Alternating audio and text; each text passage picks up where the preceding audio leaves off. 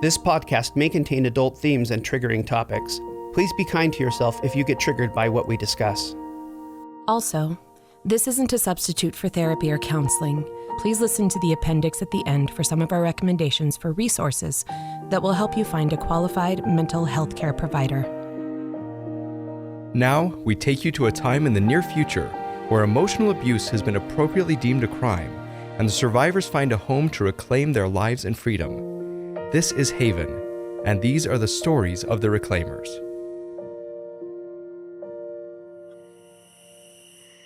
Pheeny, what are you doing? Pheeny? Oh, Ashley, I'm sorry. Did the light wake you? No, but you weren't in the bed, and you promised you'd try to get sleep the night before sessions. I know, and I did try, but I had a hunch and then couldn't sleep. A hunch, huh? A hunch that would take you out of your nice, warm bed with your nice, warm partner? Okay, good point. And yes, this is one of those hunches.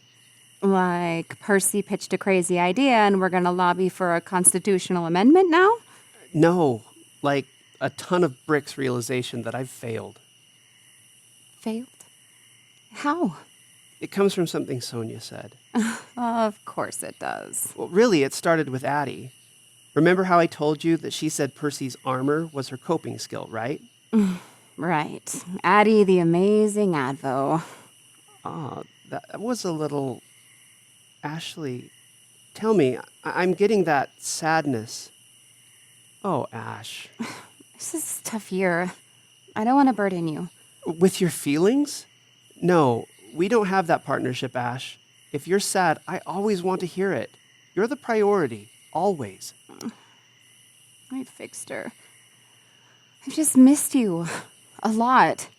Sole director for this long, and you've got all the inquiry prep on top of it, and there's all the emotional weight, and I just wish I had Addie's training to help you. You are incredible. Tell you what, I've got a problem, and I need a caring, super sexy Advo to help me through it. You want to give it a shot? Careful about that transference there, Pheeny so dreamy.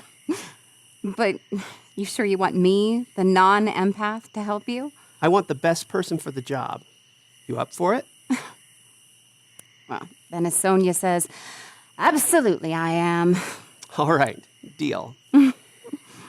Addie said Percy had armor. And then Sonia said that Percy's superpower was controlling her emotional response. Sonia saw something in Percy that I always just took for granted. Yes, of course. I see. Go on. Very funny. Thank you, Advo. But it got me thinking, what's my superpower? The thing I took for granted about myself. Kissing your partner? Looking good in a suit? Making your daughters giggle? Did I mention looking good in your robe and pajamas? Okay, that's sweet. Apparently, your superpower is making your partner feel great about himself. Good. Go on. In the middle of dinner tonight, when Gwen was telling you about her test and I asked her about her friend's goldfish, well, I realized my superpower is my memory. I remember every page number of every motion, every line in every book, every note in every class. For years, Percy's teased me about it. Yes, confirmed. All those times you'd remember some detail from my childhood, my parents thought you were some kind of prodigy. I mean, you are. Come over here. I want you right here next to me. You're so sweet. Oh, you. All right, keep talking. This is the best therapy session I've ever been to. Me too. Your superpower is your memory. Go on. Yes. Well, that made me think of all the things Percy and I went over in prep for the inquiry. And tonight, I just got this flash of something she said during training with Sonia. Listen. It's not you, and not just this. I have this worry about Julia. As you know, her abuser is ex-Black Ops. Everything she's telling me is just throwing me back into that space at Daniels. And I can just... Even after all these years. See? Hey, Prodigy, you're gonna have to explain this one. She just told both of us, Sonia and me, without giving up clearance, that she's triggered by Black Ops, by intelligence mixed with military. Ashley, there's so many times over the years where she said very similar things. Do you think she's telling you on purpose? Hoping you'll catch on? No, I didn't sense any conscientious focus on it that day, or I would have pushed her about it. I don't think she even knew she was giving me that little crumb of information. It was unconscious for sure. Okay, so she's been unconsciously telling you something? Is that it? Well, that's part of it. If she's unconsciously telling me something, it means she may not even be aware that she's still in trauma mind. Ash, that means she really hasn't been lying to me. She thinks she's telling me the truth, that she's resisting the after effects of Daniel's abuse, but she doesn't even know she's affected by it. I think I see what you're saying. Percy is giving you unconscious signals about the intelligent stuff, and you never recognized it. That means she didn't lie to you? Yes, but I truly got that she has wanted to tell me, and I've been so focused on making sure that she's not leaving pieces of herself behind, I haven't seen the way she's been trying to take on the trauma itself. Are you going to do the guilt thing? Because it's not your fault she's been so cryptic. I did feel guilty earlier, but now I've worked through it, and I'm ready to address something else. This is what I need an advo for. Okay, I'm ready. Daniel said something during the inquiry. I'm not going to like this part, am I? No. Sadly. To simplify, he took an advocate's greatest fear. Worse, he took an empath's greatest fear and he made a point of rubbing Percy's nose in it. It really triggered her. And it wasn't until dinner tonight that I realized it really triggered me, too. Your greatest fear is not being able to help a survivor. Wow. Yeah. How'd you know? I don't have to be an empath to know you, Fixter. I know it completely melts your confidence, and it's horrible to watch. Yeah. It's horrible to feel, too. And somewhere inside that twisting that Daniels did with that fear, I realize that there's a kernel of truth I need to acknowledge. What's that, my Pheeny? I can't save Percy if she won't be saved. Phoenix. That's the most difficult thing, isn't it? Here, put your head on my chest and I'll stroke your hair. Yeah, like that. That acknowledgement that you can't save her, that is the bravest thing you could do. It doesn't feel brave. It feels like I'm abandoning her. Of course it does. Daniel set it up this way. He divided you all through school and got what he wanted from her. And now, he's back for seconds. Yes, that's it exactly. Ash, while she was on the stand today, I've never felt anything so horrible. She was trying so hard to keep the block so I wouldn't see, but it was indescribable. And then her resignation, I can't leave her, not like this.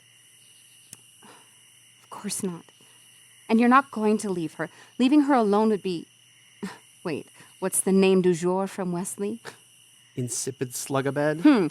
Leaving Percy alone would be what Mr. Insipid Slugabed has in mind. Okay, so I can't leave her alone. I can't rescue her. Now what? Black and white thinking, Fixter. There's a whole world of gray in between. World of gray. Yes, you're right. Ash, yes. Letting her heal at her pace doesn't mean letting her do it alone. And remember the story about the hole? Yes? You promised her you'd stay up here, whatever that means. Huh. I'm not sure. But I think it's another way she's known more about her healing than I did. Staying out of the hole doesn't mean you can't send light to her. What would give her even a little bit of light? I like that. I tried to give her light today by reminding her that she's known for who she really is. What's that thing you told me when you and Percy started writing the best practices about the locus of control? I remember saying a lot of things. Which one was it? That some therapists want a client to just get better without truly healing because it's what's best for the therapist, especially when the therapist is an empath. Oh, right. That's part of letting the survivor set the pace for healing. I'm getting that bundle. Are you thinking I've been trying to set the pace for Percy because it's what's best for me? No, not at all. I marvel at your selflessness in your friendships. What then? I just wonder if maybe Percy taking so long to heal hasn't had its toll on you. Wow. Or, maybe it's something... No, I think you're right. I think I have some unacknowledged pain there. I'm sorry, Phoenix. You do such a good job of caring for everyone else, and it's so easy to rely on you. I want you to rely on me. I love that you feel like you can. And it can be tough when your best friend doesn't acknowledge how painful this is for you. She doesn't have resources to give to me right now. I can wait. What do you need then? How can I support this insight? I need to figure out how to let her set the pace. I think you already have. Tell me what you've already got. Oh, super-powered memory. Send her light. What would provide her the most light? If she were another survivor, I'd give her the haven and send her reminders about the tools. There it is. You've already got a haven to offer her. She can't be there as much as I'd like, though. Fixter, I wasn't talking about the center. I was talking about the... What did you call it? Rainbow bridge you two have. Ashley! No, that's it! You're brilliant! It was only a gentle suggestion. I didn't think it would be this revelatory. It is. It is revelatory. This is... I just realized. This is what the nothing blocks are about. Percy's been shying away from our connection because she's anxious she'll show that she's in pain, which in turn would hurt me. But in blocking me, she's hurting me all the more. It's a double bind. Which means she didn't create those blocks.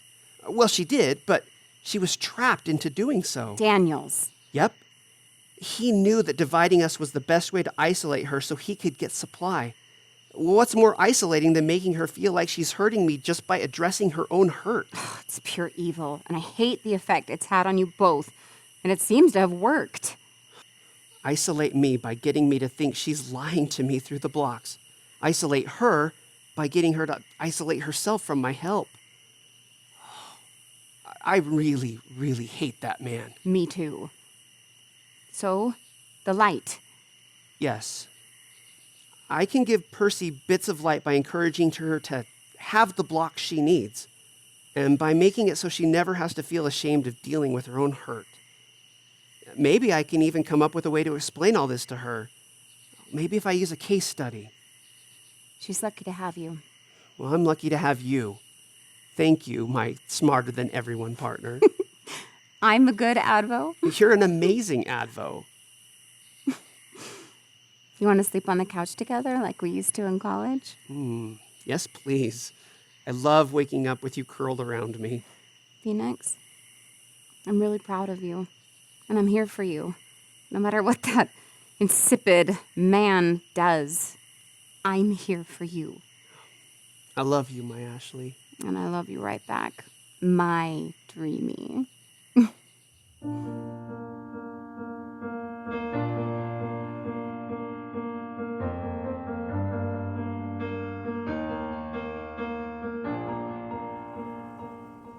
It's a fantastic idea. I love it. Thanks. Mentoring is how I got my start in coaching. Mentoring is a great way to access the resources we do have. Who did you ask? Rose, I hope it's okay that I got Jeanette's approval instead of yours. I didn't want to wait past this session with Jenna. Oh, Rose is the perfect person to pilot this. She's in a great place with her healing. She's practically running that craft studio in the Sunflower Lodge. It's a good pairing. Thanks. I hope it works. I wonder how much of this has to do with your meeting with Franklin. Well, a lot. It was more validating than I could have imagined, more than group sessions. The issues were easier to approach with someone else validating what I was seeing. I'm hoping that creating pairs of survivors to mentor each other can give them the same validation. I can't wait to go over your other matches. Jeanette said you were pretty fired up about I it. sure am. I want everyone to feel this level of support. All right, so Rose is on her way? Yeah, I want her to arrive first so that we could... Pheeny? Rose! Come on in. Where do you want to sit? Where does Jenna prefer? Jenna prefers the couch over on that wall, so that's where she can see the whole room. Then I'll sit in this chair near there. Wonderful. Do I have your permission to use my empathy while we're together today? Yes, absolutely. And Pheeny, too. I'm so excited. I never thought I'd do something like this, but the more I thought about it, the more I realized what it would mean to share what I've learned with someone else and help ease their path. Good, Rosie. That's fantastic. What questions do you have? Oh, Oh my goodness, so many. Okay, I read her file. Does she want me to call her sister? How do I know what I shouldn't say? What if I say something that hurts her feelings? And oh no, what if she doesn't like me? What if she's irritated because I'm so overbearing? What if she just looks so young like my daughter and I didn't know places like Little Flock still existed. Rosie, breathe. I just want her to know she's not alone. And you'll have a chance to tell her that. Rosie, you're not her advocate. You don't have to know everything to say. You're her mentor, her friend, someone she can rely on. So just be the caring you.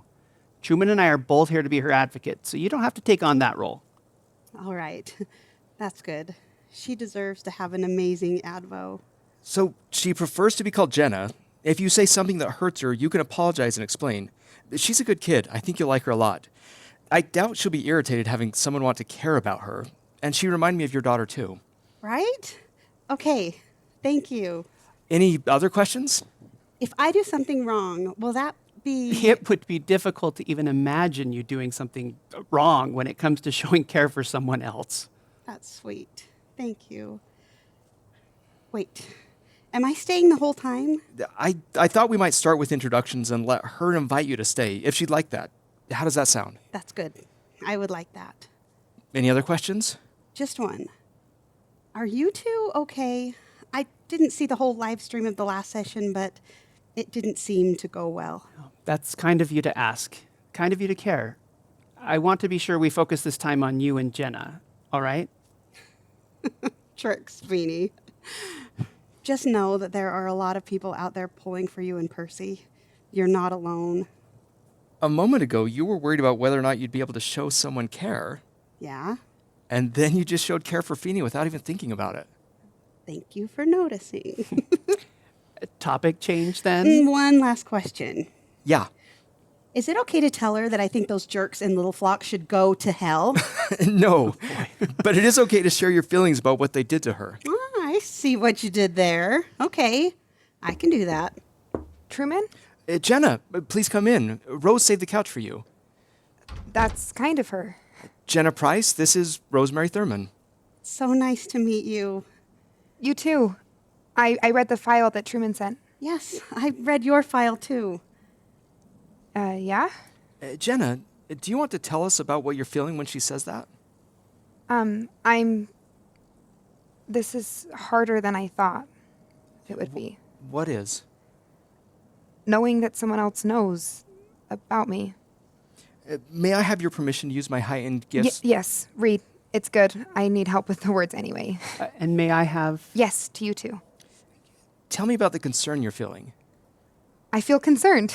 That's the word. That Rosemary has my whole file. I don't know what she knows. I know where you're from, and I know that your abusers haven't been to trial just yet, and I know that you're very young. You're very young, and I know that you love babies and the color peach.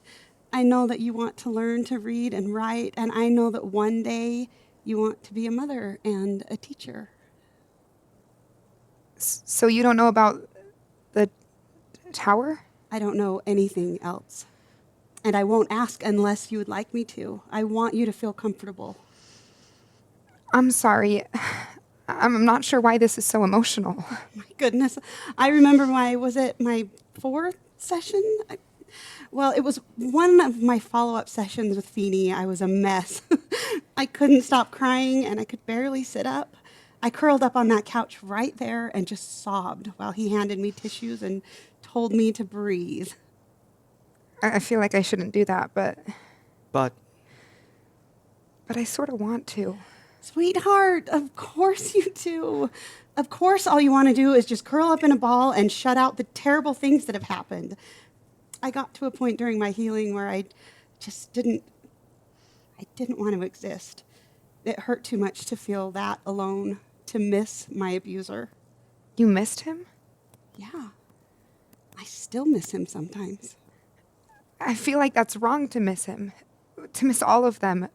My brother, my husband, even the shepherd. I don't want to miss them, but I do. Sometimes I can't breathe for how much I miss them. I miss the way my husband would pray with me at night. I miss how safe it felt at church with all my family around me. I miss knowing what was right. Everything out here feels like this giant question. Yeah, it does. And I didn't really get it when I read your file, but you didn't just leave your abuser. You left your whole life, a religion, a way of doing things. That has got to be so hard for you. Yeah, you understand, yes. Rosie, if you could talk to yourself back during those first sessions, what do you think you'd tell yourself? Oh, wow. I think I'd tell myself that it was okay to have no clue what I was doing, that I didn't have to know where I was headed or what life was all about. I could just focus on one day at a time. Like the tool, one step is enough for now. It's okay to not see the whole staircase, just that step. Who said that?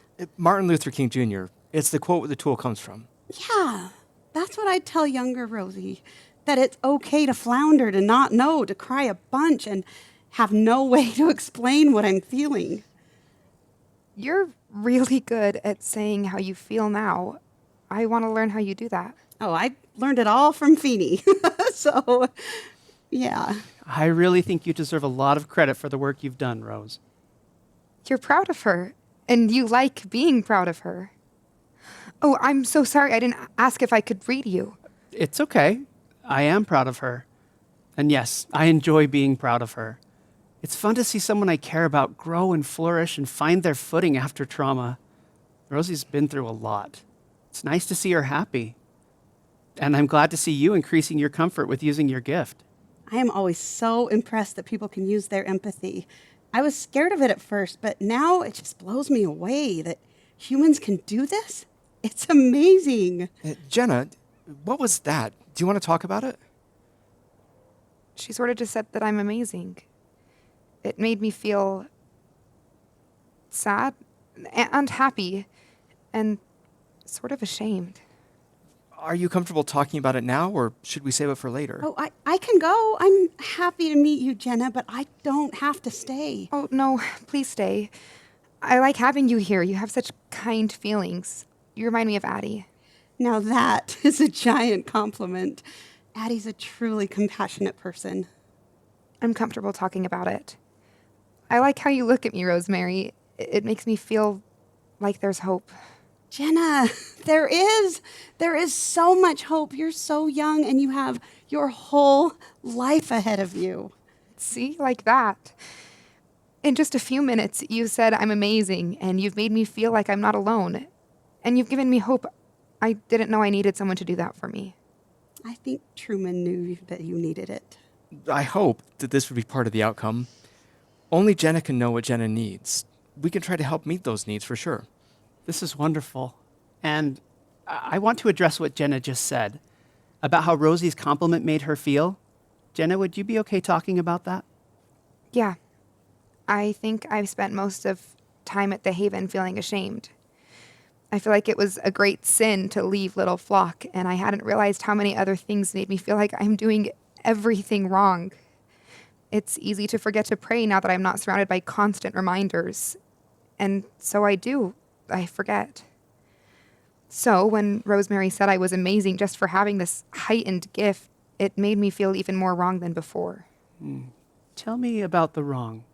If I were going to describe what it felt like to be wrong, what would that be like? I guess it would be like there's all these chances around me to grow and learn, but I just want to sit and watch. I still haven't painted with the supplies you sent over, Pheeny. I can barely touch the box.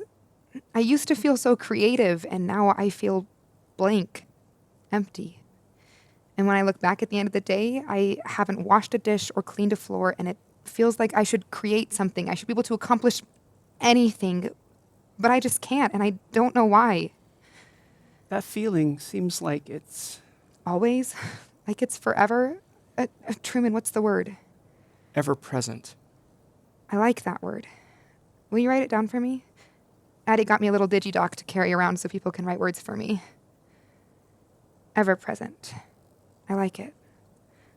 I guess that's what it felt like to live in Little Flock. Everything was ever present. There were always people around me, Always watchers and projects and tasks and church meetings and children and homes to clean and barns to raise and people to care for. I felt surrounded all the time. And now? I feel alone. And everything is just so quiet. No animals or children. And I feel like my thoughts are mine too. Everything just suddenly feels so empty. Rose, did you experience something like this? Yes. Without my abuser around, I felt like there was this great big void in my brain, and that void was just going to make my brain just collapse in on itself. I really enjoy the way your emotions move around your words. When you describe it, it's like you're saying what I'm feeling, and then I can sense your emotions, and I know you can understand how it feels. I do. I know how difficult those days were, those first ones. How long did it last?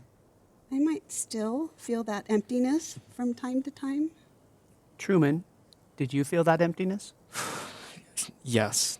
And in fact, I haven't met anyone here who hasn't felt a bit of that void you described, Jenna. Thanks. I feel better knowing I'm not alone. Still, I wish I had something to do to help. Sometimes I feel so isolated, I worry I might reach out to my brother. What's that you're feeling? Do you want to tell us about it? I know I shouldn't feel that way. Jenna, it's okay to feel that way. It's okay to want to reach out. Of course you do. When I first started seeing Pheeny, he told me about one of his first survivors who used to shame herself for her feelings. And then he told me that it was okay to feel whatever I needed to. I think you're doing so great. You're here. You're in session. You're trying so hard to heal. You've done so much already. Thanks. I just wish I could feel like I've done so much already. To me, it feels slow, like waiting. Like waiting? Waiting? I guess it feels like... Wait. Oh. It feels like I'm in the tower again. Can I ask what the tower is? It's a place they sent me when I didn't do what they said. I felt really ashamed when I was there. I still feel really ashamed whenever I think of it. How does the waiting affect that? When you said that, I realized that I probably don't like waiting because it reminds me of the shame. I wonder if the waiting and the shame might be something that got mixed up for you. That in your mind, maybe you might have somehow started to believe that the waiting causes shame. Yes. Yes. That if I'm waiting, it means I need to be ashamed. That made me feel a little better. Can I stop feeling like that? Is there a way to stop? Wow, you're fast. Fast? Yeah. You just jumped right to a tool there. I did? Which tool? No, you just went looking for a tool to help you feel better, and that's really good. It is? Yes, it is. Totally good. I struggled with that skill. I'd feel something and just keep feeling it. It was tough for me to see that I didn't have to keep feeling something just because my abuser had trained me to feel that. Wait. Do you think my abusers wanted me to feel ashamed of waiting? What do you think, Jenna? Oh. Yeah, I think they did. Addie said shame makes us stand still. Freeze was the word she used. I think the shame kept me still. It kept me frozen. The shame kept me staying in little flock. If I felt shame, I felt like I needed to stay there all the more. And why is that, Jenna? Why would you feel like you needed to stay if you felt ashamed? Because I thought they were the only way I could be with God. They made it seem like unless I was waiting, unless I was ashamed, unless I was doing what they said, I couldn't be a good person. But I don't think that's true. A God that loves me wouldn't do that, right? A God that wants me to be happy wouldn't make me feel ashamed all the time just to keep me.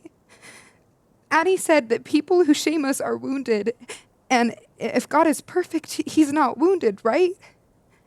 If he's not wounded, why would he shame me? Why would he ever want me to feel ashamed?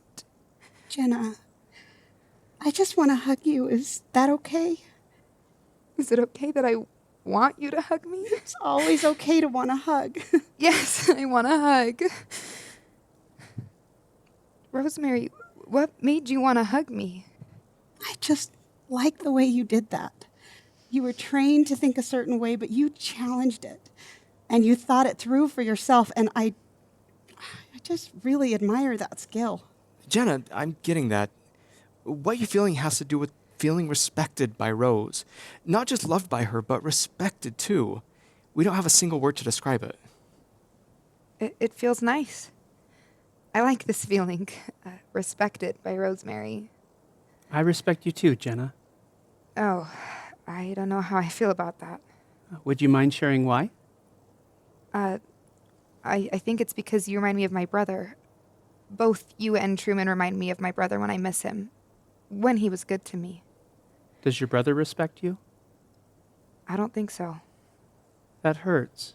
To think about him not respecting you. Yeah. Would you be willing to try something for me? Yes? Will you think about Jenna in the tower? Think about what she's feeling and how sad she is. Yeah. Now, will you imagine you as you are right now, going to the tower to walk right in and tell her, I respect you? What do you think that would do for her, to hear you say that? I think she'd want to hear it. Desperately need to hear it, but I think she wouldn't know how to take it. I'd like you to try that this week. Think about Jenna in the tower hearing that. Watch her face. See what she says when you say it to her. Yeah, I can do that. I want to stop now. I feel tired again. Tired is good. It's okay to be tired. It's a lot of work. You've done a lot of work. Rosemary, do you want to go get some lunch together? Hey, yeah, I would love that. Pheeny, Truman, thank you. Same time on Wednesday? Looking forward to it.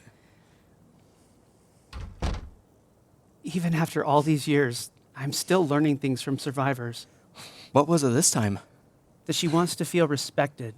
Not just loved, she wants to feel whole. And that starts with respect. Huh, that's insightful. You ready for Monday? Anything I can do to help? Speaking of respected, I was listening to Jenna and worried that maybe this thing we've planned for Percy isn't such a good idea.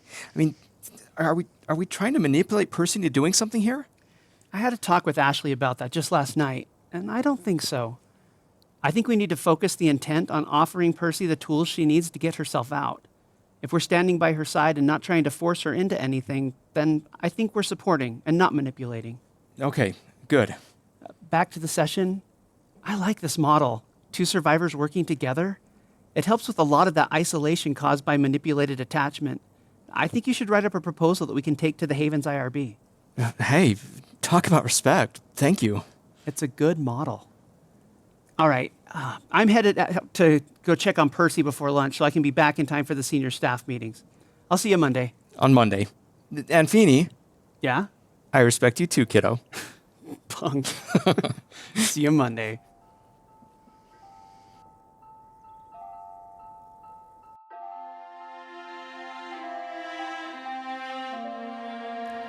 Hey, it's Percy and Pheeny here. What you've just heard is a work of fiction, but we know that many listeners are living in a world of pain that isn't fictional at all. At the end of every episode, we're going to include an appendix of sorts. Some things we hope will serve those who live with the reality of fear and pain every day. First, we want to let you know about our website, www.empowering.tools, where we keep an ongoing list of books, websites, hotlines, and many other resources for victims and survivors of toxic relationships. Second, we love to hear from you. If you'd like to share your story with us or let us know how the episode impacted you, we'd love for you to reach out. These are deeply emotional things, and we want to give you a chance to share. We're a small team, so an in-depth response isn't always possible, but we do read every message we receive. Third, if you're in crisis or you need to find an immediate way out, please call 800-799-7233 for the National Domestic Abuse Hotline. If your abuser is a parent or a non-romantic relationship, there are other resources we've listed on the website that are just for you. A reminder, emotional violence is still violence. You don't need to have bruises on your body to deserve help, and it's okay to feel what you're feeling when you call. Fourth, be safe. For some, getting out will take planning and time. If you know you need help, do what you need in order to safely get away. Lastly, we know how difficult it can be to believe there's hope on the other side of a toxic relationship. Many on our team know the devastatingly difficult steps it takes to get away from an abusive predator. But there is hope. You don't have to do it alone. If you don't have supportive family or friends, you can still find support at the hotlines we mentioned earlier or at a local hospital or shelter. Thousands of survivors have made it out. Getting out and reclaiming your freedom can be your story. We believe in you. We believe in your future. And we believe in your right to that freedom.